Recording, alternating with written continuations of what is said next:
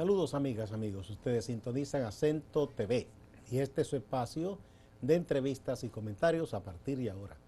Hoy contamos con un invitado casi habitual aquí, ¿verdad?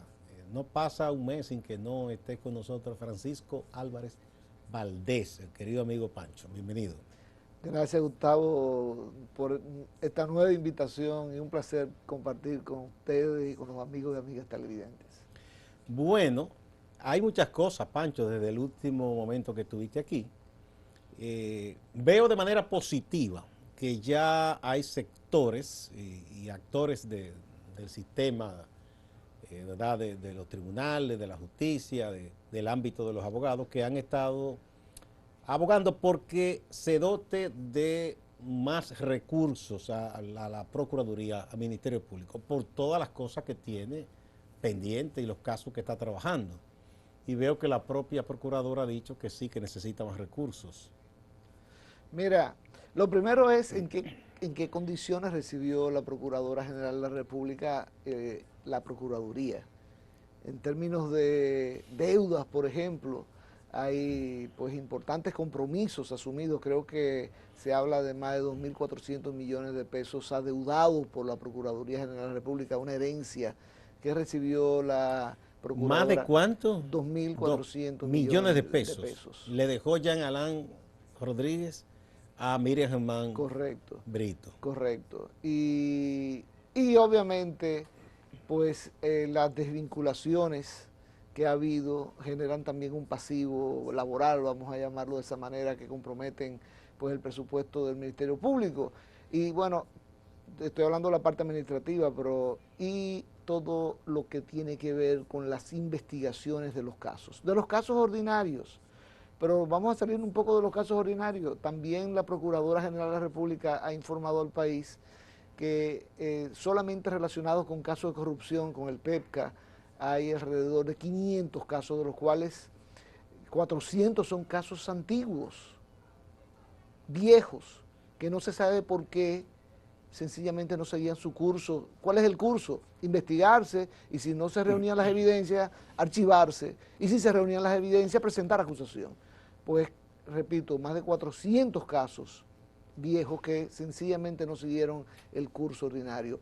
Ahora hay una sobrecarga por parte del Ministerio Público porque tiene que conocer esos casos. Y bueno, han surgido casos de mucha envergadura, vamos a decirlo de esa manera, que requieren, comprometen recursos importantes del Ministerio Público, no solamente en términos de dinero para poder realizar las investigaciones, sino de personal y sobre todo de personal especializado, porque la gente cree que nada más buscar más fiscales. No solamente buscar más fiscales, hay que buscar expertos en el área financiera, por ejemplo, porque una de las claves, siempre lo hemos dicho acá, es seguir la ruta del dinero. Y bueno, hay que buscarse especialistas para esos fines. Y eso cuesta dinero. Entonces, definitivamente que el presidente Abinader tiene que dar un paso adicional. Ya dio un paso importante, designando a una persona independiente en la Procuraduría General de la Y República. públicamente comprometiéndose a que se hiciera un Ministerio Público independiente. Correcto. Y repito, ese es el paso correcto. Ahora, no basta ese paso. Se necesita que la voluntad del presidente de la República y del Congreso Nacional, a través de sus líderes, se demuestre en la aprobación del presupuesto complementario que se va a someter próximamente y sobre todo en el presupuesto del próximo año, asignándole los recursos para que esa independencia se concretice. En otras palabras, que esa independencia se traduzca en resultados para la ciudadanía. Y eso no se puede hacer si no hay recursos. Entonces, no volvamos a la época de Joaquín Balaguer, que me recuerdo como ahora, yo estoy hablando de la época en que comencé a ejercer la profesión hace ya más de 40 años.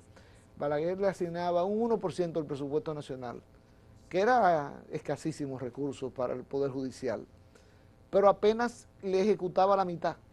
Sí, porque esa era otra cosa. En el papel había un presupuesto, pero no se entregaban los Pero recursos. mira, aun cuando se hubiesen entregado Era muy 100%, poco. era muy poco. ¿Por qué? Porque Balaguer, uno de los instrumentos que utilizaba para lograr gobernabilidad, y hay que ponerle comillas, era estrangular a la justicia. El control económico. Para que la justicia dependiera completamente del Poder Ejecutivo. Por eso yo digo, ahora es lo mismo que pasa con el tema de las 3 causales. Bueno, que el presidente Abinader dice que apoya las 3 causales, o que el presidente Danilo Medina dijo públicamente y observó el código que apoyaba las 3 causales.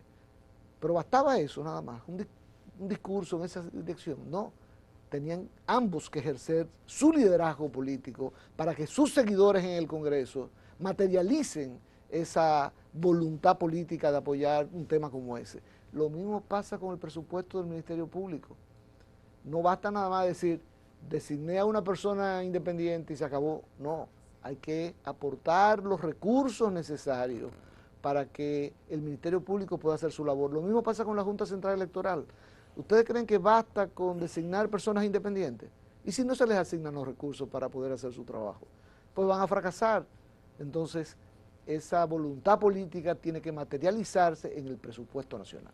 Bien, ojalá que ese llamado sea escuchado, tanto en el Ejecutivo como en el Congreso, que finalmente es que va a aprobar ese presupuesto complementario. Pero creo que no habrá nadie que no esté de acuerdo con que se incrementen los recursos al Ministerio Público. Por otro lado, Pancho, nada, no hay fin de semana que no tengamos información nueva sobre allanamientos, profundización de investigaciones que lleva a cabo el Ministerio Público en la parte del combate a la corrupción. Este fin de semana nos informamos de la Operación 13, que tiene que ver con el caso de la Lotería Nacional. Por cierto, que es un caso que toca a personas que fueron designadas en este gobierno. Algunos ya venían del gobierno pasado, ahí en la lotería. ¿Qué señal tú piensas que envía esa acción a la sociedad dominicana? Bueno, no fue que el Ministerio Público buscó esa oportunidad, no fue que Miriam Germán estuvo detrás de esa oportunidad, pero es una gran oportunidad. ¿Se la brindaron? De demostrar que el Ministerio Público actual pues actúa sin tomar en cuenta banderías políticas partidarias, sin tener en cuenta a qué gobierno pertenece la persona que está investigando.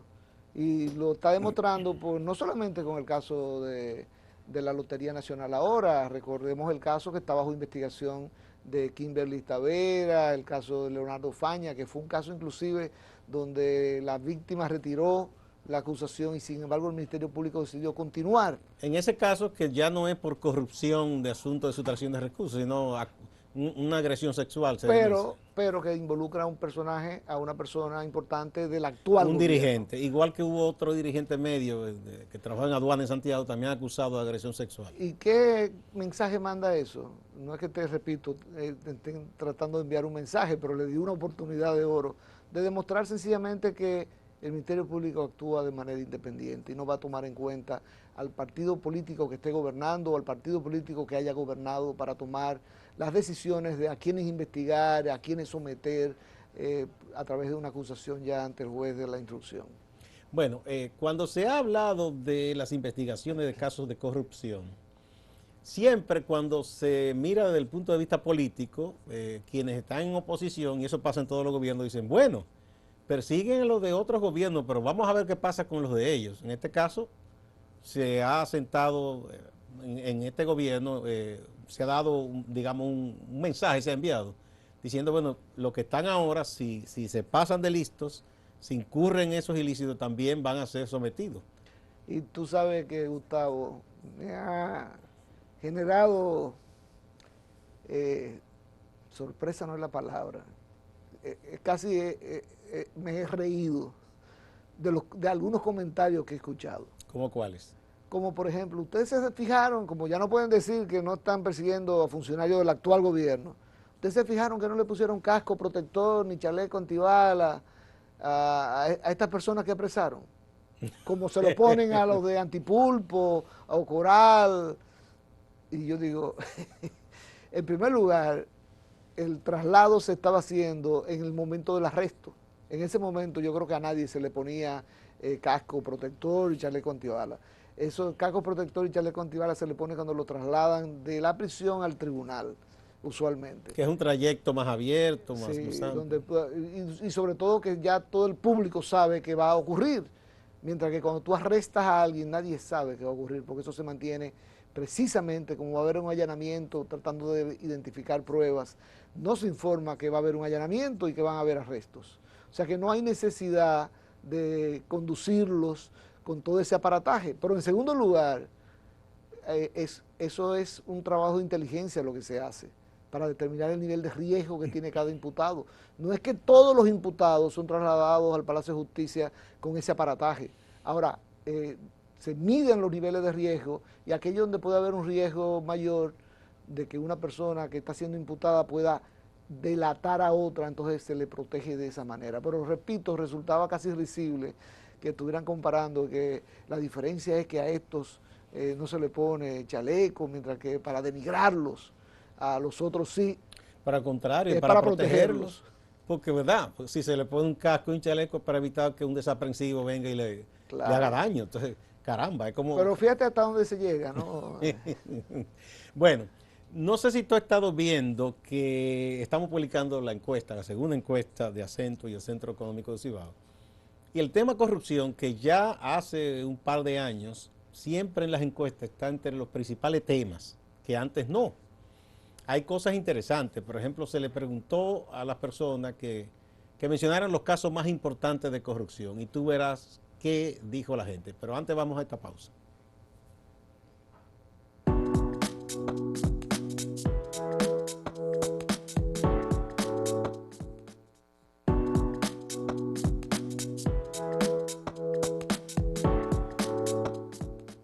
Seguimos con Francisco Álvarez Valdés Pancho, abogado y activista cívico.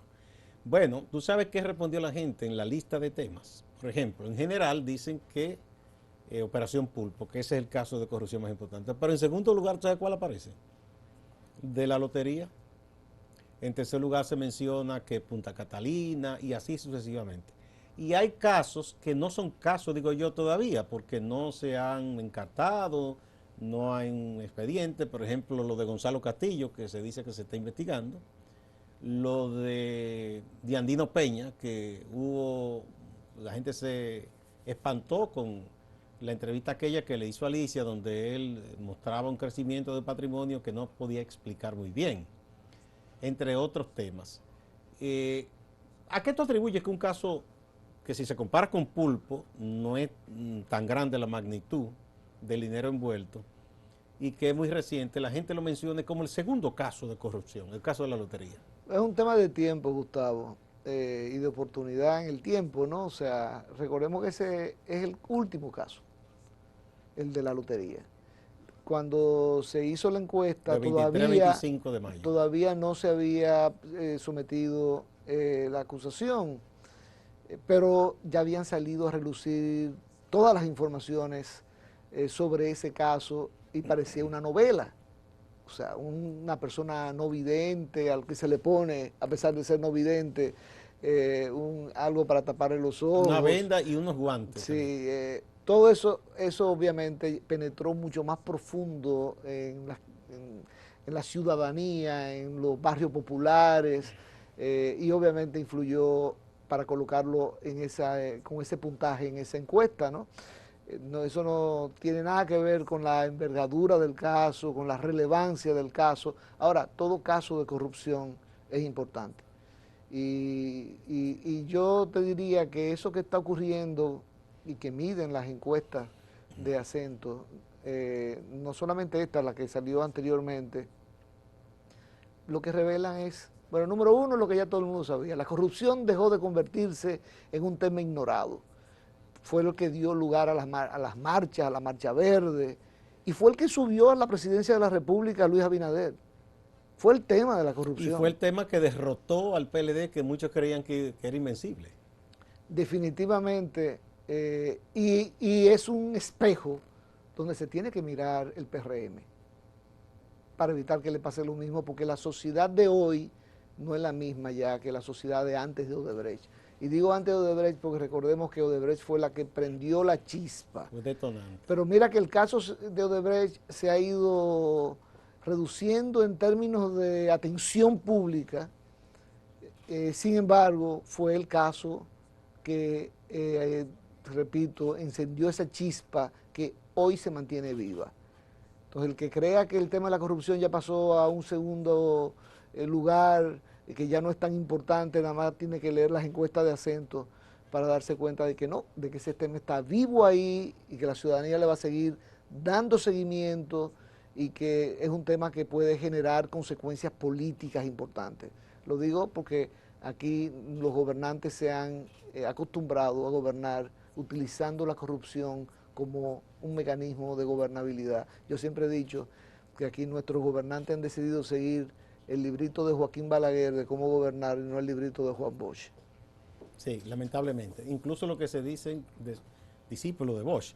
Bueno, hay otros hallazgos en la encuesta. Por ejemplo, hay un alto apoyo, más del 75%, al trabajo del Ministerio Público en la persona, en el equipo de doña Miriam Germán Brito, porque no es solo ella, y la importancia que la gente le da a ese combate porque creen lo que se está haciendo.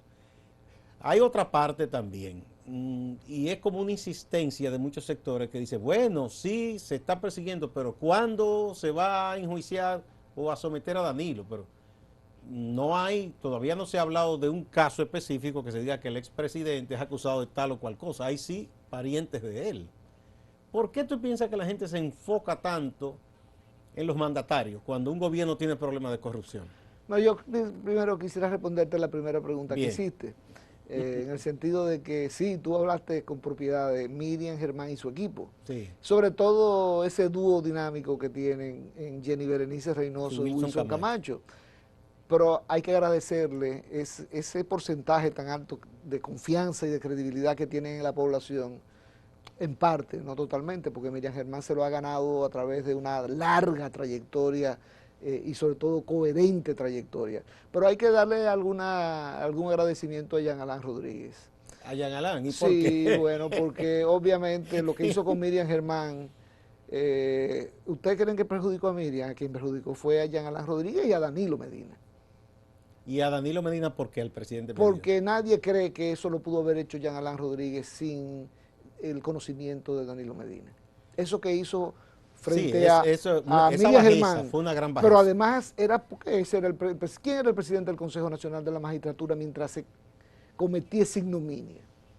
Danilo Medina.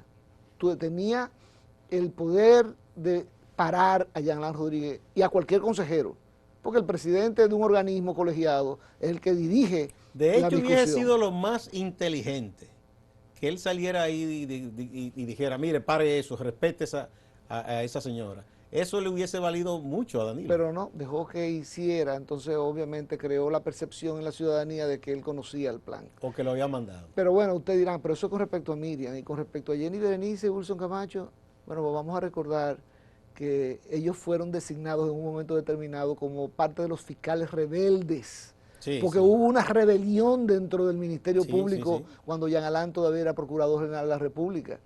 Y bueno, Acento publicó un trabajo interesantísimo de una entrevista que le hizo precisamente a Jenny Berenice, a Camacho y a otros fiscales que tuvieron una verdadera rebelión dentro.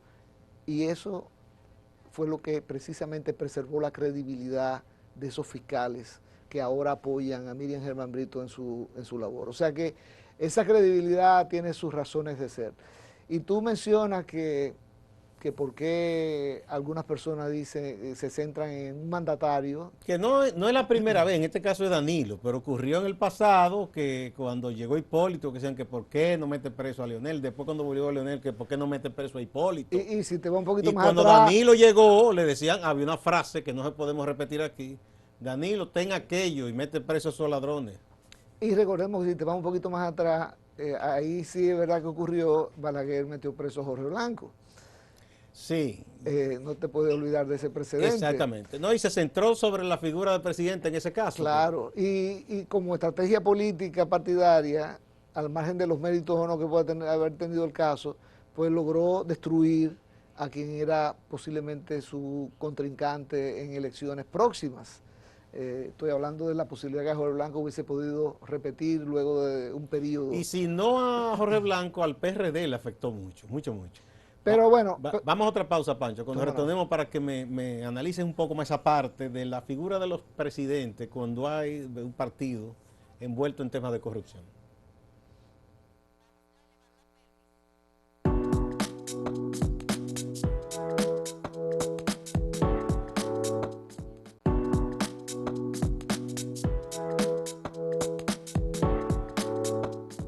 Continuamos con Francisco Álvarez Valdés.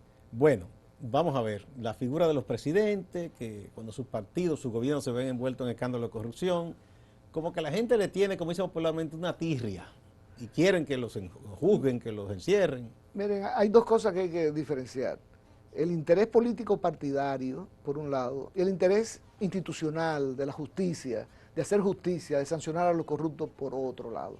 Lo que pasa es que cuando se mezclan los dos, en ese sancocho las cosas no quedan muy claras.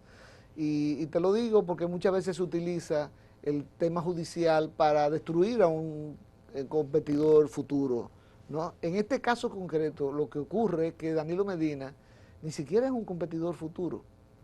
¿Por qué? Porque él no puede... Tiene impedimento constitucional. Tiene un impedimento constitucional que no creo que hayan las condiciones para levantarse en los próximos años.